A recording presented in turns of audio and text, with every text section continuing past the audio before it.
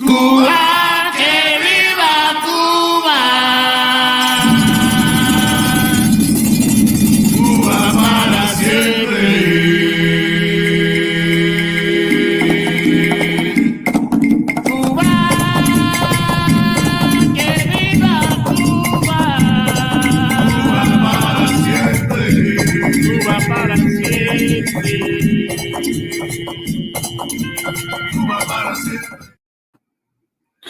Hi, everyone, and welcome to For the Love of Cuba. Let me know in the comments section if you can hear me well and if you can see me well. That way we can start off today's show with something very important. Today, I want to take apart the speech made by President of Cuba, Miguel Diaz-Canel Bermudez, formerly mostly known by Diaz-Canel and another expletive at the end of it. Sorry for that stuttering there. That's a difficult word to pronounce. But anyway, so we're going to be taking apart the speech given by Diaz-Canel on July 11th, 2021, which, if you all remember, July 11th, 2021 was a very important day in Cuban history, and it will probably go down in the books as one of the most important days in Cuban history, because it was a day when the people of Cuba finally decided to stand up for themselves after 62 years in a revolution that many of them may have wanted at the beginning, but quickly found out they did not want anymore. And they've been trapped in that revolution for 62 years, and it's been, to put it quite nicely, awful. There's plenty of words we could use to describe that, but right now I'm trying to stay professional and I'm trying to stay with the word awful. So without further ado, we're going to get into that speech given by Diaz-Canel on July 11th, 2021. I have taken the liberty of translating the entire speech into English. There's just a few sentences here and there where I did not put them because they weren't really, first of all, his speech was not very inspiring or anything like that. It was not eloquent whatsoever. So there's parts in English which were even less eloquent than they were in Spanish. I just, it was like 3 sentences where I just was like, this is awful. I'm not even gonna, he's not even speaking like in a way where I can translate this into English. So, all right. What I'll do and the format of it, it's going to be that I'm going to read parts of his speech and in English, like I said, and then give what I feel is the right commentary and the right critique of that part, and then continue reading other parts of his speech. So here we go. This is a speech given by the so-called President of Cuba on July 11th, 2021, following the mass freedom protest on the island of Cuba. Translated into English by yours truly, Jasper, which is the host of For the Love of Cuba. So here we go. Regrettably, we must interrupt this Sunday, a day which our families use to rest, to share with you the news of a group of provocations which have been occurring. We have been honest, transparent, and in all moments have explained to the people of Cuba the real situation. We're going to stop right there. Diaz-Canel and his henchmen, which is all of the Cuban government, have not explained to the people of Cuba any sort of real situation. They've only explained to the people of Cuba what they've wanted the people of Cuba to know, which is that you're poor and you're in misery because the U.S. is a bad country, which is not the case, as I will later defend that argument now and give a rebuttal to the argument by Diaz-Canel by defending by giving statements in defense of that argument as an American, as a Cuban American, because let's be real, that's not what's happening in Cuba. So now we're going to continue with what Diaz-Canel said. I want to remind you that over a year and a half ago, we explained that we would experience a difficult time, after which it became sort of a general joke, since we have always nevertheless persisted, even despite all the restrictive sanctions during the Trump administration. These are hypocritical and counterintuitive receipts that we know all too well from the history of the USA towards Cuba. Once again, these are Diaz-Canel's words. We know how they intervened in our country and appropriated our own island in 1902, how they had dominated the island during the time of the pseudo-republic, and how those interests were destroyed by the Cuban Revolution during its victory. This victory and the example set by the revolution has bothered them since the 60 years since. And so they have constantly applied a blockade which is felt even worse during these conditions of the pandemic. And there's their evilness, actions which they have never taken against another country, yet they have done this against our small island, which only aspires to defend its independence and sovereignty while constructing a society according to the principles which coincide with more than 86% of its people through democratic election. All right, we're going to stop right there because what he just fed to the Cuban people at that point was more than lies, more than overinflation of the truth, or it's just ridiculous. And I'm not even sure where to start with this part because, first off, Diaz-Canel was not elected by the Cuban people. That's just the number one thing. Okay. He was elected by the Communist Party of Cuba, which I have to, sorry, I'm trying to get my parts here, my notes here. Okay, he was elected by the Communist Party of Cuba after he had been pushed ahead of the line of successors after Fidel Castro's death. He wasn't even supposed to be the first in line to succeed Castro. Yet he was put to the front of the line because obviously, as you can tell now, he's not a very smart guy. And they wanted to make sure they had someone that they can just completely control. So let's be clear. There was no democratic election which determined Diaz-Canel president of Cuba because there has not been an actual presidential election in Cuba since 1959, when the revolution established a one-party system. Also, Diaz-Canel claims that the USA is still upset because the revolution took away their ability to partner and trade with Cuba is a bit unrealistic, given that the USA is the one who placed an embargo on Cuba. However, the US-Cuban embargo is not a topic which we're going to dive into right now. It's actually a topic we'll dive into in a separate broadcast because it's going to take a lot of time to explain. Either way, I think the USA is doing just fine in all aspects without Cuba. So I doubt the USA is crying because Cuba's revolution no longer allowed the US to play with them. Now, let's continue with what else he has to say, even though it's extremely ridiculous. But let's continue because that's what this program's about.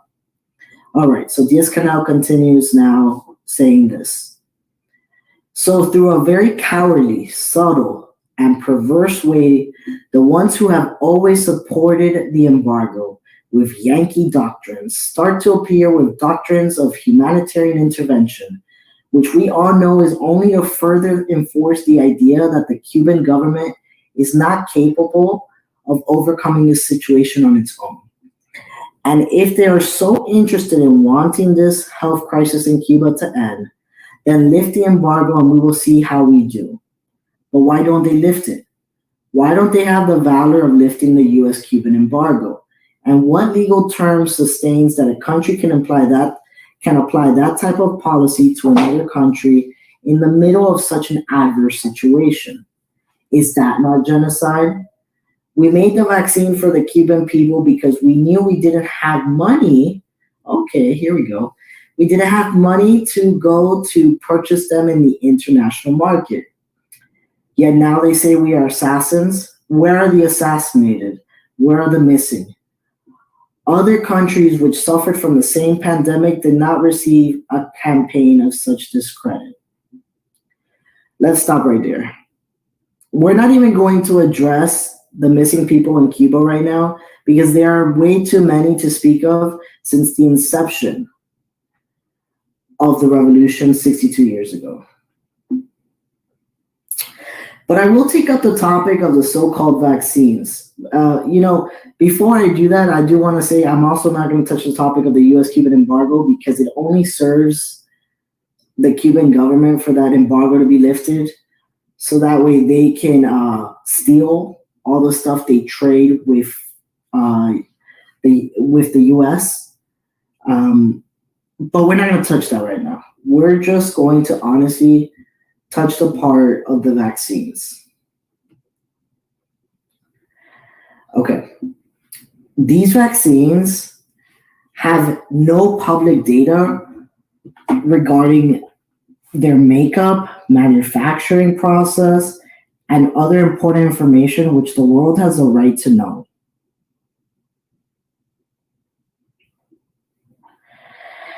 Yet, what I find most fascinating is his boasting of the country of Cuba, creating 2 COVID vaccines from scratch. Because of the following information I am about to share with you. I don't know if anybody has gone to research the COVID mortality rates or the COVID infection rates in Cuba recently, but I am going to share with you something. So on the Cuban government reported that they started vaccinating the people of Cuba with their so-called vaccines on May 13th, 2021, on which day the World Health Organization, another organization which I'm not a big fan of, but whatever, the World Health Organization reports there was a total of 1,186 new COVID cases in Cuba. Let us now fast forward to one day ago, August 17th, 2021. Just one day ago, the total number of new COVID cases was 9,772 new positive COVID cases. Let that sink in. 9,772 cases. That is a total increase of 8,586 new COVID cases since the Cuban government started vaccinating my Cuban brothers and sisters. That is, for those of you who do not like to do math, an 88% increase in new cases. Now, I don't know about you, but to me, it seems ever more likely that their vaccines are just a placebo. They are just water in a fancily labeled vial purporting to save lives. But anywho, let us continue with his so-called inspirational speech. Diaz-Canel goes on to say, I think they just want to suffocate us and end the revolution. And that is why they are trying to intimidate and confuse our people. Because when people are in such severe conditions, things like what happened in San Antonio de los Baños take place. All right, we're going to stop here again because this is just a level of projection which is beyond fathomable. The only entity, and I want to make this clear, the only entity which is suffocating the Cuban people is the revolution. The only individuals which are intimidating and confusing the Cuban people are those who make up the Cuban government. And the severe conditions which Cuban people find themselves in is not because of anything other than the 62 years of failed and mismanaged governance in Cuba. But anyway, let's keep listening to what Diaz-Canel had to say on July 11th, 2021. Diaz-Canel goes on to say, the birth of this uprising has been taking place for several days, so that in various cities in Cuba there would be these types of manifestations and social disturbances. And that is extremely criminal during a time in which we need to achieve that people stay home, stay safe, and that they are protecting themselves. I'm going to pause right there and say, actually, Diaz-Canel, what I think is criminal is that you are forcibly injecting people with a vaccine which does not work. It does not work because your government fails to do anything right. But anyway, let's continue with what you have to say, right? All right, Diaz-Canel continues on saying, while all of this was happening in Santiago de los Baños, there were also other cities and locales which too were out motivated by the same evil. And that is why I'm giving this information, so that I can rectify that in Cuba, the streets are for the revolutionaries, that the Cuban government, the Cuban state, which is headed by the Communist Party, has all the political desire to discuss, to argue, to recognize the problems we have, to also be able to participate in the solution of these problems by recognizing what is the real and fundamental cause of them, without allowing ourselves to be confused that those who are inciting that there be manifestations in Cuba do not want for Cuba good health. Let's read that part one more time, because I think it's very important that people see the level of lies that the Cuban government feeds everybody. The Cuban government, the Cuban state, which is headed by the Communist Party, has all the political desire to discuss, to argue, to recognize the problems we have, so that we can also be able to participate in the solution of these problems by recognizing what is the real and fundamental cause of them, without allowing ourselves to be confused by those who are inciting that there be manifestations in Cuba, because those doing that do not want good for Cuba's health, is basically what he said. He goes on to say, remember your principles because their method is neoliberal. It is the privatization of the medical system and education. It is a save yourself type. And it cares for the lives and health of those who have money to pay for it. We're going to stop right there, take a pause right there, and we're going to explain something to you, Diaz-Canel. No, Diaz-Canel, your method is the one which is actually neoliberal. Your method is actually Neanderthal-like. You're stating that the streets are only for those who belong to the same ideology as you, as if Cuba was a gangland. And you do not want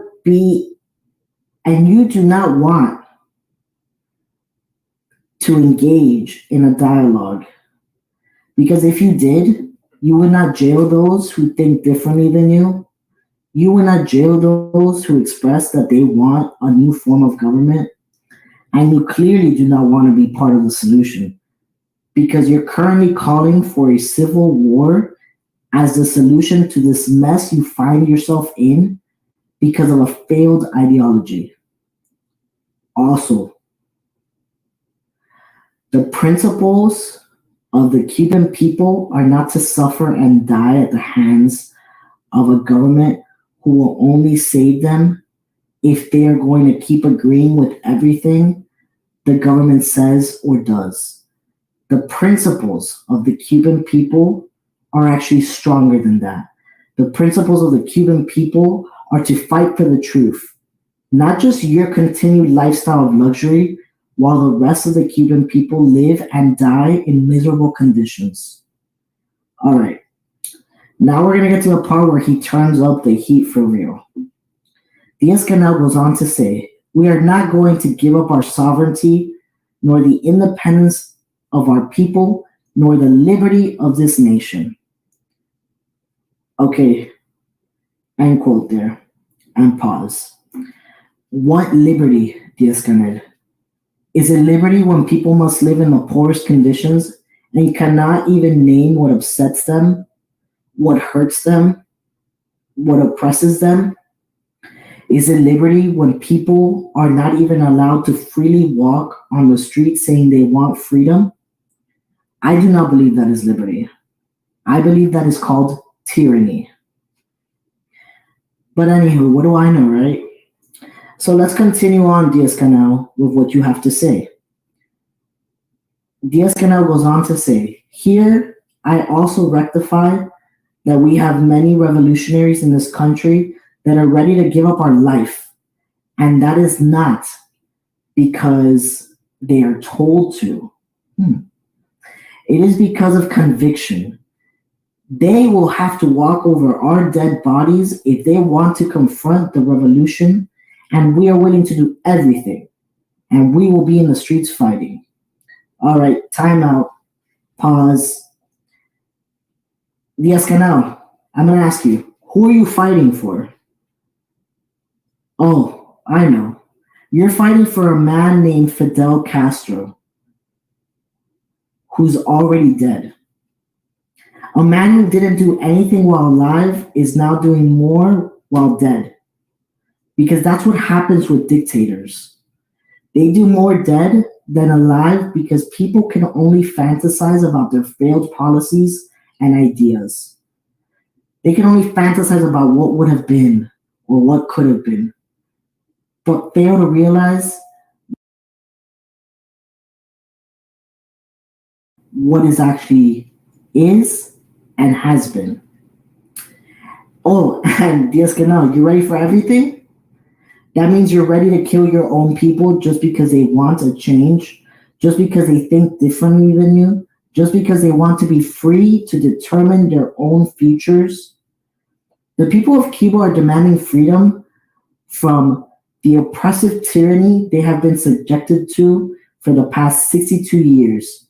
And your response, Diaz-Canel, which I must add, is being given as a president, in quotation marks, is one that issues a call to civil war.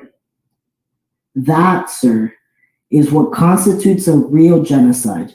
Remember when you were asking if the U.S. having an embargo on Cuba during the pandemic was a genocide? I have the answer for you. The genocide is what you have done and continue to do, and your so-called revolution continues to do to the Cuban people.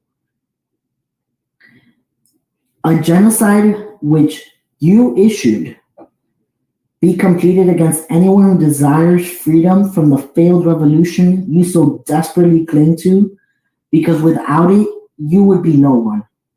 Without this revolution, you would not be rich. Without this revolution, you would be an uneducated and unremarkable human being. Not that you're anything close to remarkable at this point anyway. But you think you are, and the revolution inflates your sense of self-perception, which creates an egotistical monster to which the people of Cuba, without even having elected you, have been forced to bow down to. Once again, Diaz-Canel, I don't know anything, but it sounds like you're a dictator. Let's continue reading what you have to say. Diaz-Canel goes on to say, and we know who are inciting these types of incidents. Currently, there are groups of revolutionaries in the streets of Havana confronting the counter-revolutionary elements. We will separate the revolutionaries which may be confused. We will separate the residents of Cuba who may have certain worries, but we will not allow that any counter-revolutionary or mercenary which is sold to the U.S. government, sold to imperialism, receiving money from agencies, allowing themselves to be taken by their ideologically subversive tactics to provoke a state of destabilization in our country. We're going to pause right there again. You mean you're not going to allow the counter-revolutionaries to do the same thing that the revolutionaries did back when the revolution took place? Okay. All right. I see where you're going with this. You mean you're going to separate those who are opportunists, willing to succumb to your dictatorship when you offer them an extra pound of rice or a bottle of cooking oil, from those who are willing to sacrifice their lives in the hopes of being able to obtain their life necessities by the fruits of their own hard work. That's what you mean by you're going to separate the ones that are confused or may have worries from the ones that are actually trying to destabilize the country, right? That's what you mean? Okay. There are people in Cuba that work as doctors and engineers, and yet even they can't afford to buy what they need to live because the government does not pay them a living wage and overprices everything that does make it out into the shelves so that the government officials can reap the profits. So those doctors and engineers that are now asking for freedom are the ones that are not going to be allowed to say that, right? But then the people that get confused, so-called confused, and will then follow you into the dark because you gave them an extra pound of rice, those are not going to go to jail, right? Okay. Diaz-Canel, let's keep reading what you had to say. Diaz-Canel continues on saying, there will be a revolutionary response, and that is why we are summoning all the country's revolutionaries, all the communists, to go out into the streets, wherever there will be these provocations today and for the rest of days, and confront them with decisiveness, with firmness, with valor. This is the part where the so-called president, and we took a pause again from what he had to say, this is the part where the so-called president explains that there will be bloodshed. Because let's face it, the revolution succeeded in taking and maintained its power by killing thousands of people over the last 62 years. We must be honest and acknowledge that the revolution did not take power by doing what the Cuban people did on July 11th, 2021. The revolutionaries did not simply march peacefully on the streets of Cuba chanting freedom. Instead, they were cold-blooded assassins who murdered anyone who was against them, and continue to do so. But let's continue on with what Diaz-Canel had to say. Diaz-Canel goes on to say, because like I said in the congregation of the party, this revolution we defend all the revolutionaries, and in first file all the communists. And with that conviction, we must go to the streets. We are good in the streets, and we will not allow that anyone manipulate our situation. We will not allow that anyone defend a Cuban plan that is not for the well-being of Cubans, and that is a plan of annexation. And for that, we are summoning all the revolutionaries and communists. Thank God, that's, I think, the end of the speech, but we're going to finish off by saying, look who is talking about manipulating a situation, Diaz-Canel. In case you have forgotten, the Cuban government is a propaganda machine. In fact, if you simply go to the Twitter account of Diaz-Canel without knowing anything about Cuba, you think that everything is fine.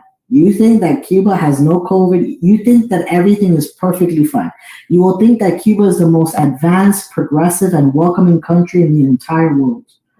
The Cuban government Twitter accounts and newspapers boast of the prosperity within Cuba without mentioning that it is just for those directly affiliated with the government. It talks about a top-tier medical system which is filled by competent medical doctors and even produce various COVID vaccines from scratch. I already told you about what I think about those COVID vaccines that the Cuban government produced. But I want you to remember that there is a catch to all of this. What these accounts and media sources fail to disclose is that people are dying in the hospitals of Cuba due to lack of medical supplies such as oxygen. That people are laying down on hospital beds, and we put beds in quotation marks, whose sheets are garbage bags. So if they die, the staff just needs to secure the bag and haul them off before the next victim of the Cuban government arrives. And while I'm not showing any pictures or videos of any of this, in order to avoid making the show graphic, I can assure you that it is easy to find the proof. All you need is to go on Twitter and search the hashtag SOS Cuba. You can go and search SOS Cuba hashtag, and right next to it put hospitals. All these pictures are going to come out for you. So, I want to remind you who the real killer of the Cuban people is. It is Diaz-Canel. It is the president of Cuba, Miguel Diaz-Canel Bermudez, and all of the government officials inside of Cuba and outside of Cuba who operate in conjunction with everyone that agrees with them but destroys anyone who thinks differently. And now that we have finished dismantling most of his horrendous speech, I want to take the time to open the broadcast to anyone who has questions or comments on this topic. I do want to remind you all to please be respectful. I did destroy Diaz-Canel a little bit. I don't want them taking me down from YouTube. So let's please remain respectful. Let's try not to use curse words to keep this a family-friendly show. And I'm going to be posting the link right now. And I appreciate you all listening in to everything that I had to say today. I am very, very happy to have you here. I have just posted the link. It is there waiting for takers, waiting for people to join in. It's very simple to join. All you have to do is click on that link. It's going to ask you to put to allow your camera and your microphone, and then you'll be able to join me backstage, and I will put you on whenever you are ready. I do appreciate when people have headphones, so that way there's no background noise. I apologize about that. I do need some water. It's very tiring to talk about, to say the speech of Diaz-Canel. It brings a lot of bad taste to my mouth. So I'm waiting for takers to come and join me here talking about the speech of Diaz-Canel on July 11th, 2021. I have some comments of laughing faces, not sure why. I think it's because I decided to drink water on the broadcast. I know I'm kind of funny sometimes. Okay, we also have a comment saying here from Marcia Mena, hello, supporting young generations, trying that American people knows about Cuba. Yes, that is exactly what we are doing here on this show. We are trying to teach people who do not speak Spanish about the realities of Cuba, as well as the history of Cuba and the culture of Cuba, because I, to the end of my days, will always believe that Cuba is a beautiful country, no matter what government is running the country. It is a beautiful island. It's a beautiful country, and I hope to one day be able to see it with my very own eyes. Unfortunately, as you all may know by now, I am probably not allowed in Cuba anymore due to these little shows that I do, which I don't even think that many people watch, but I think I have had assigned my first Ciber Claudia. So I know the Cuban government is watching me right now, probably wondering. So I need people to join in. If not, we're going to have to end the broadcast. So I'm hoping people will join in soon. I need to get some takers. If not, it was just 37 minutes of listening to my voice for nothing. Let's see. I see another comment here. Diaz-Canel is not a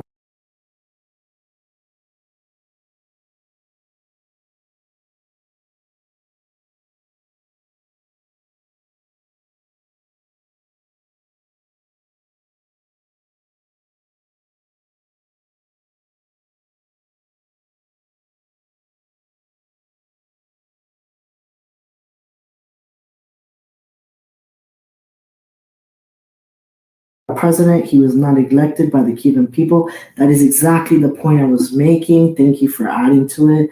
He was not elected by the Cuban people. He was elected by the Communist Party of Cuba, which is not representative of the Cuban people. It's not. It's kind of like, if you think of it, it's kind of like how the Democrats select their nominee, or the Republicans in America select their nominee for president. Well, think of it like that, except whoever the Democrats select or the Republicans select as their nominee for president is the one that becomes president without going to a general vote in the population. So the Cuban people actually never go to a voting booth and vote. I do have someone that joined, yes, and it is, thank goodness, the only person that ever joins. All right, let's see here. Let me get this headphone on because it turned off after hearing you talk for so long. Hi, Jasper. How are you? Hi, Yuli. How are you? Fine. Well, I appreciate that you do that because I think that people is very confused, or some people, about Diaz-Canel. First, I would like to say that Diaz-Canel is not the president because he was not elected by the people. So basically, he was put as a puppet to represent the dictatorship. So that's the first things that I would like to say. The other hand, I think that Diaz-Canel's speech was very responsible because he put people basically to fight face to face. And also he sent police and other people to fight with the people in the streets. And I would like to say that the people in Cuba, they don't have arms. So that means that was very unproportional because the police and all the people that represent the dictatorship have the guns and everything. And the people that was asking for libertad, for freedom, was actually without arms.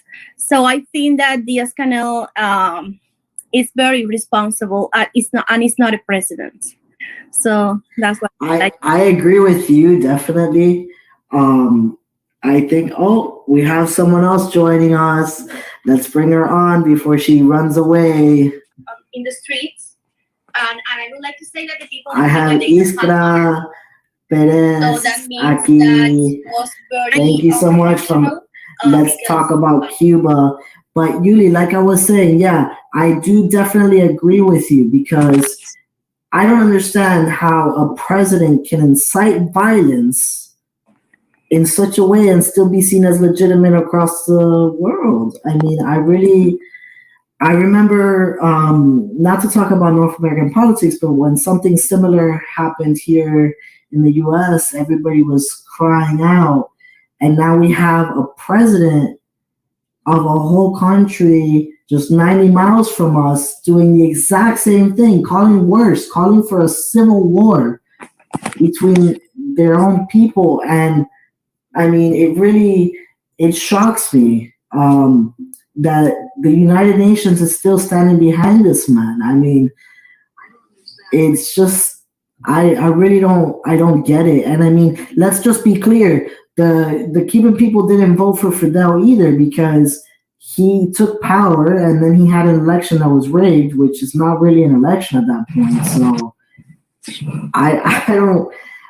the Cuban people have never had an election since the early 1900s at this point. And I mean, even Batista rigged his own election. So the Cuban people, I don't think, have known what an election is since the first ever election of Cuba.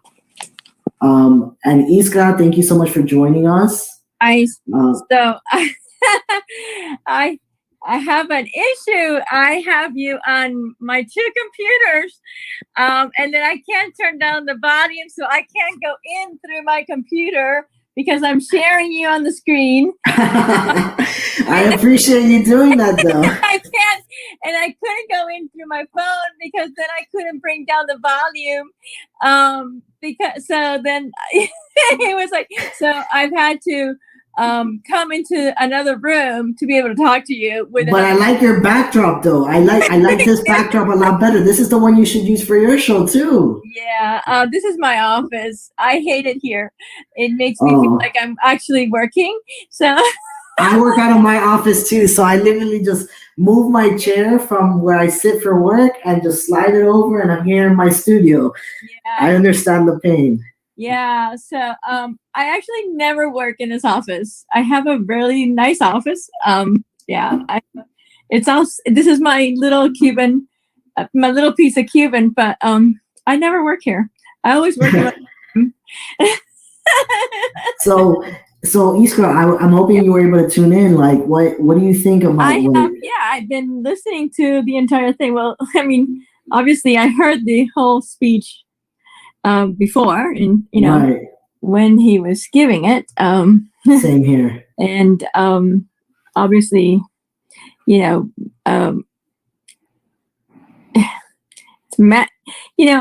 today I put on Twitter. I feel like every day they're carving their own,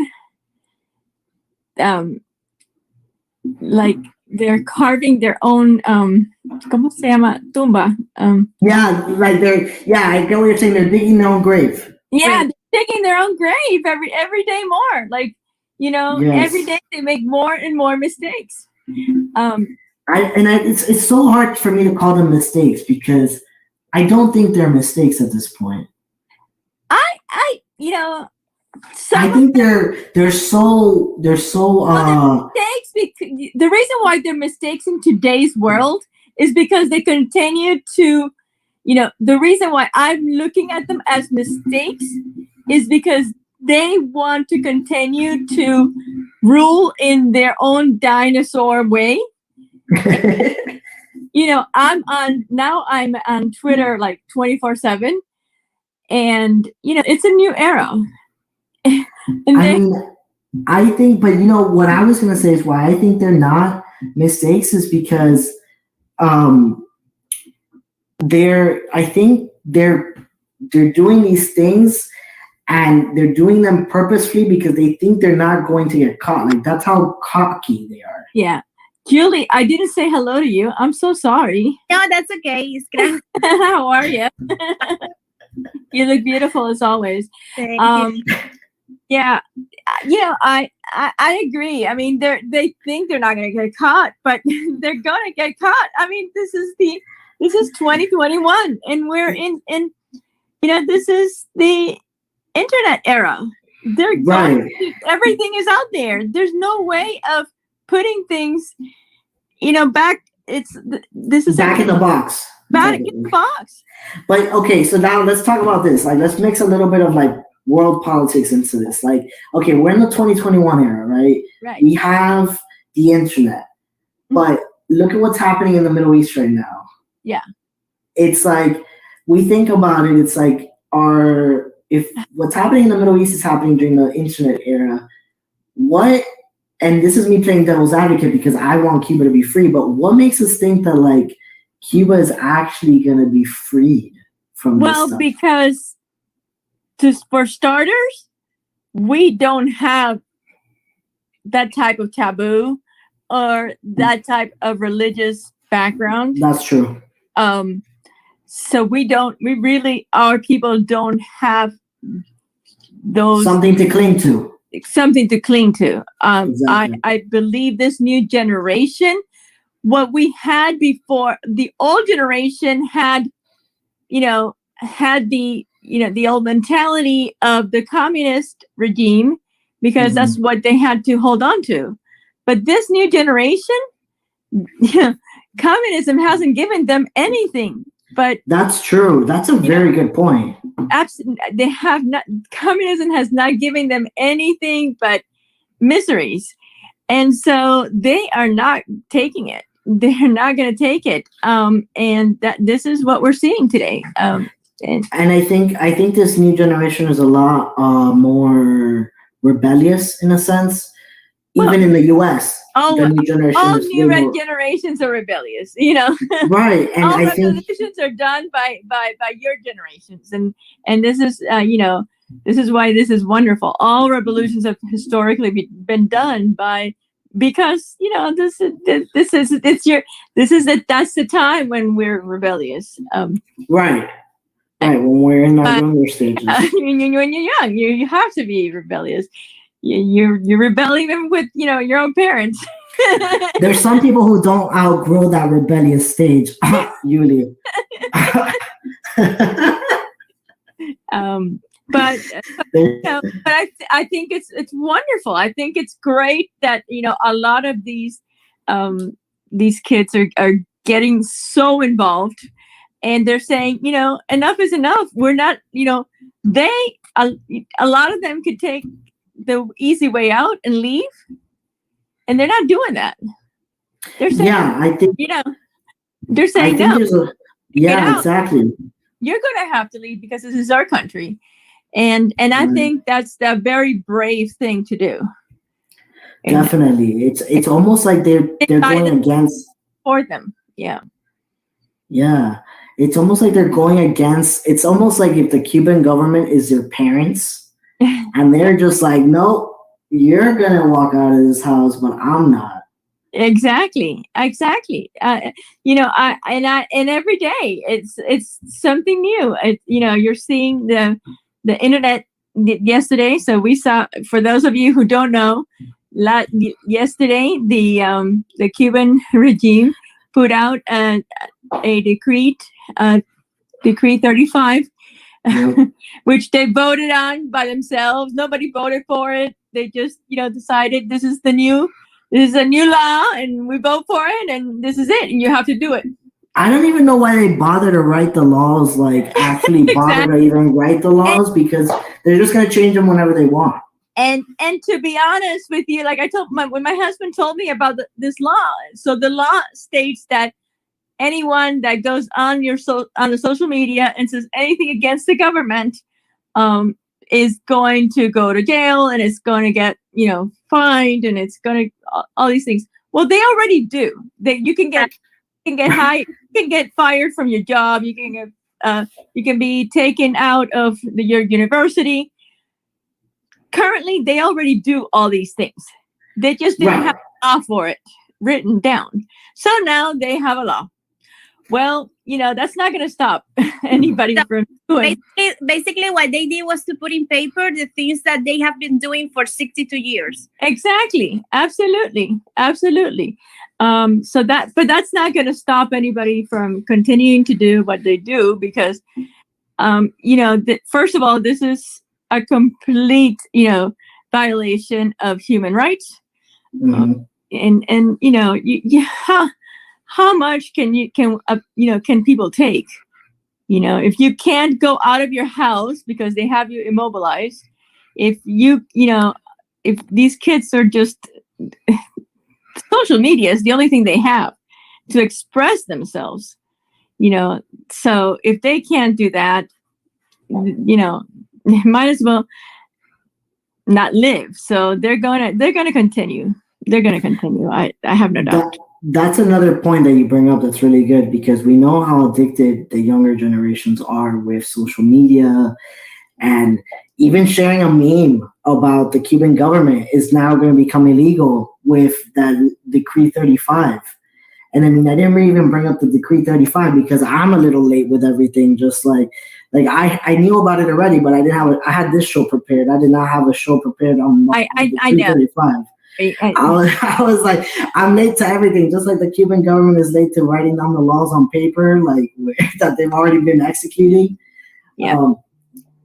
But I only brought it up because it was something that just and of course I'm on Twitter, so as soon as things come up, we see them and we push out the hashtags right away. So this is trending since last night because we started pushing out these hashtags. So That's amazing. Talk more about. I know you're involved in a lot of projects, so talk about your projects now. Like there are, yes, a lot of projects.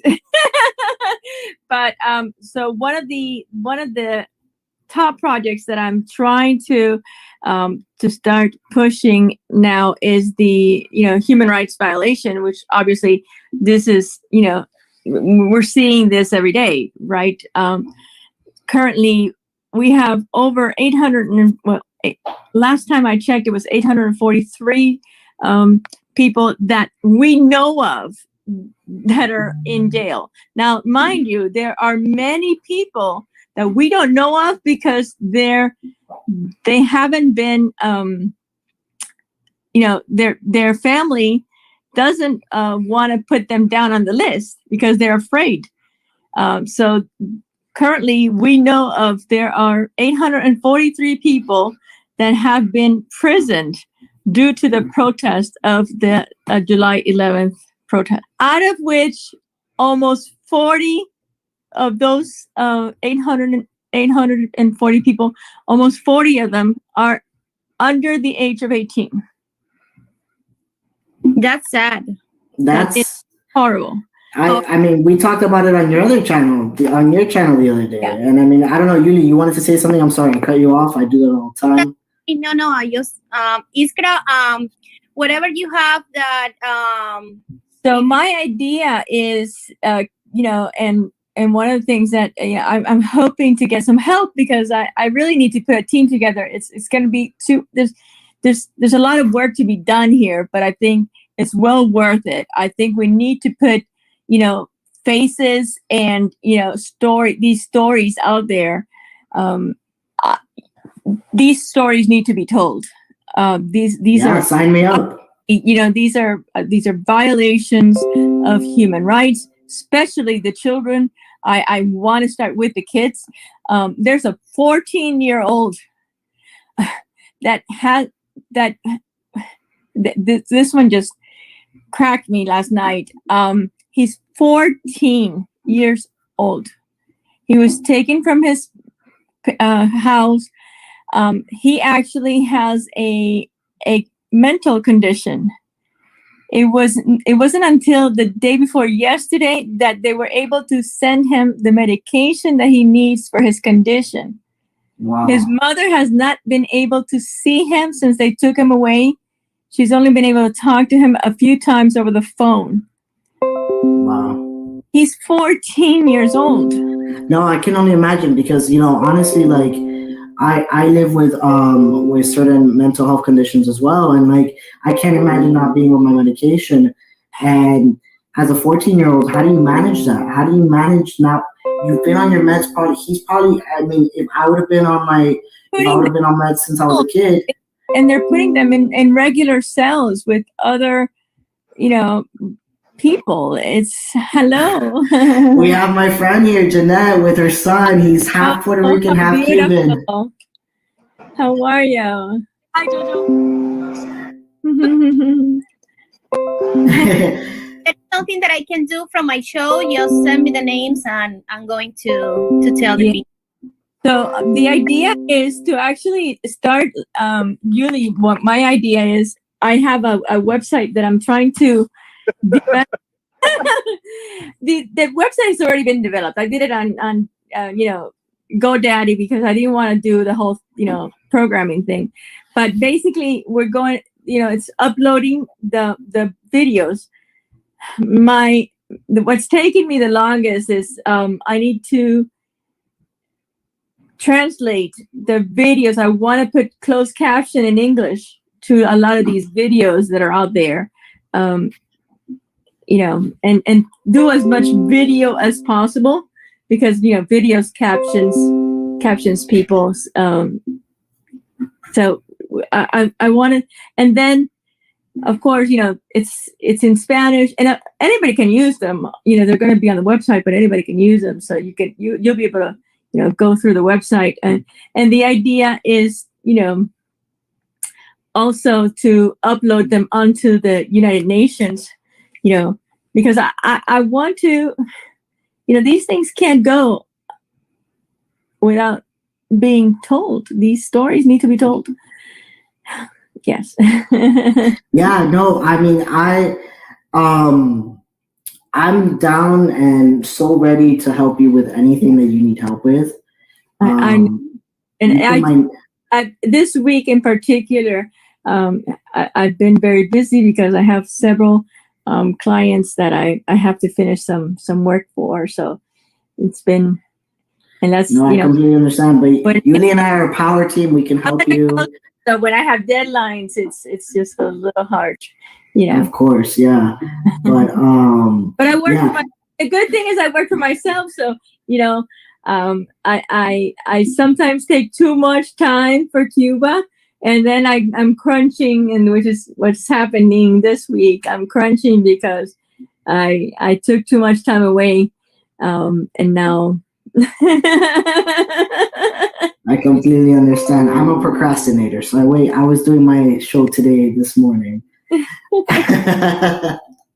before work. So, but it was so great having everybody. I don't want to make the program too long because I was hoping to get more people to join, but we have the people that matter right now. We have the people that matter right now.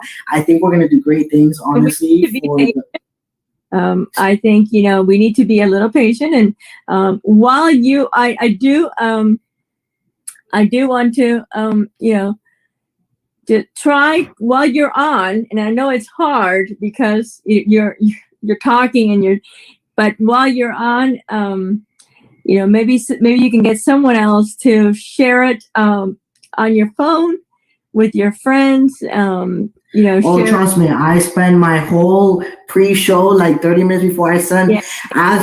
I'll be sending out messages to people I haven't spoken to in months. I know you need to share it while you're on. So while you were on, the reason why it went up was because I was sharing it on my groups okay. Yeah. We'll definitely do that. You got to do it while you're on. So, but the issue is there's not a whole lot of, I don't have a whole lot of groups that are English speakers. That's right. That's the issue. And that's what we struggle with. I figure you guys do because you're younger. No, I don't have a lot of buy-in. It's hard to get buy-in, and I think that's what we have a bigger conversation about. Yeah. We need the buy-in from the American population. We need the buy-in from the American people on the topic of Cuba. And you bring up a great point because I go to like my contact list and I have all these friends that speak English, but none of them care about what's happening in Cuba. That's horrible. And it's so sad because either they're not Cuban or they're Cuban, but they've lived here their whole lives. They don't really think about it. It's just they're still not connected to the island. Yeah, but I mean like that, and I think that's why my project is so important, you guys, because like right now, look at what's happening in with the talent, with the Taliban. Like everybody's looking, they have everybody, and it's not about it's not about them. It's about this is a human right. These are human rights violations that everybody's looking at. You don't have to be associated or identify with that. Exactly. Exactly. Yeah. That's why. Yeah. That's why I'm trying to. I think this is why I'm trying to get this project going, because it's something everybody can connect to. Right. It's finding that common link, and that's why I tried.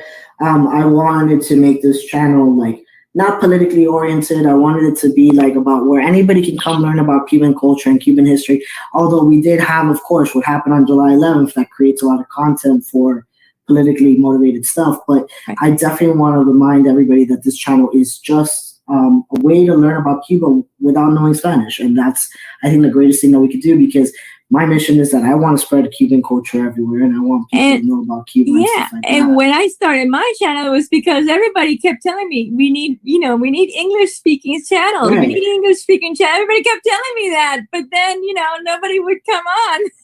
Right. I think it's that I'm planning on also making content where it's like videos that we'll set as instant premieres and stuff like that, so we can all watch it together. But either way, as long as some people heard the message, as long as someone heard the message, that's all that matters. Some people are shy too. Some people are camera shy. So Yeah. But I can count on you too. I can count on a lot of people to join me, and we'll be here. I keep talking about Cuba and keep talking about it as much as possible. But it was so great talking to you guys again. Thank you, Jasper. Thank you for what you do, and thank you, Julie. Okay. Yeah, thank you. Make sure to check out Iskra's show, which is what days? Mondays? Mondays at 8:00.